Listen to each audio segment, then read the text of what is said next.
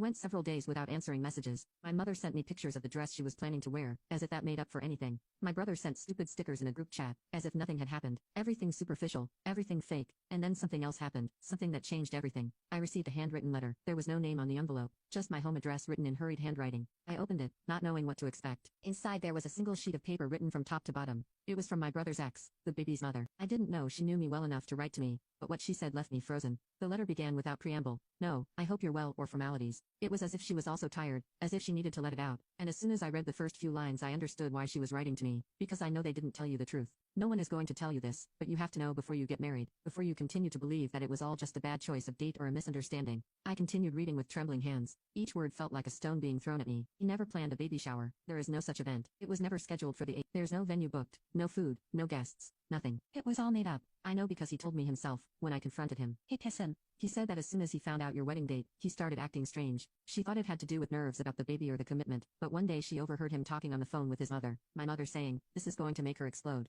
Instead, it's about time. She was taken down a peg. She didn't understand at first, thought they were talking about something else, but then she saw the message he wrote in the group chat, and when she confronted him, he laughed, said she wouldn't do anything. She always swallows everything. She always ends up accepting. She yelled at him, told him he couldn't do that I was his sister, that I didn't deserve that. He replied with something that I still find difficult to write. She was always the secondary one. She should understand that once and for all. The letter continued, telling me that she was fed up, that she felt trapped, that he had manipulated her, isolated her, that his parents were part of the game, that everyone around him covered for him, justified him, made him look like the perfect son, the perfect future father. I'm telling you this because I was also deceived, because I saw how they used your uncle, how they were scared by the inheritance, how they put on that circus just to cover themselves.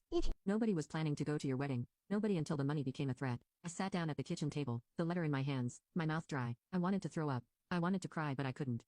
I sat still for I don't know how long. Then I showed it to my partner. He read it completely without saying a word. When he finished, he just said, do you want us to start calling the guests and cancel everything? I told him no, that the wedding was still on, but not with them. Not a day went by and my brother's ex wrote to me again, this time by message. She told me that she had left him, that she couldn't take it anymore, that she was going with the baby to her parents' house in another state, that if I needed more proof, she had screenshots, audios, everything. I told her yes to send me whatever she had. What I received was humiliating. Audios where he made fun of me, where he talked to my mother saying that it wasn't a big deal, that I would get over it, that in the end everyone would remember his baby, and not my wedding. Even an audio where he said that if my uncle hadn't threatened with the inheritance thing, they wouldn't even have bothered to fix things. I gathered everything, the audios, the messages, the screenshots, I printed them out, made a folder. Not because I was thinking of suing them or exposing them publicly. I did it so I wouldn't forget, so I wouldn't let myself be convinced later when they came with their reconciliation show. A week later, my mother called me again, with that sweet fake tone, as if everything was fine. She asked me if I needed anything for the wedding. I told her no. She asked if we wanted them to bring anything, if they could help with anything. I told her they were no longer invited. There was a silence that lasted almost 10 seconds until she said, I don't understand. You said yes. Have you changed your mind now? What happened? Anne, I told her. I told her I knew everything about the fake baby shower, about the inheritance, about the audios, what they had said, everything. I told her I didn't want to see them, that if they showed up I would ask for them to be removed. She cried that I was destroying her, that family doesn't do this to each other. I replied, family also doesn't do what you did to me. No more. I'm done. After that call she didn't contact me again, not in person, not directly, but the silence didn't last even 2 days. My father was next. He sent a message, just one, but long, as if he wanted to put everything he hadn't said in years into a single text. You're acting like a child all your life. You thought we owed you something, and it was never like that. We did the best we could, but if you now prefer to be alone, go ahead. Don't expect anything more from us. I read it once, twice. By the third time I was already laughing, but not out of humor. It was that nervous dry laughter that comes out when you've passed the breaking point. I showed the message to my partner. He hugged me without saying anything. At that point we knew that anything that came from them was no longer a surprise, just confirmation. My days became strange after that. Outwardly I continued with the wedding preparations. The dress, the flowers, the final details. I smiled in the photos we sent to friends, replied to congratulatory messages, coordinated with the photographer. But inside, I was numb. I didn't sleep well.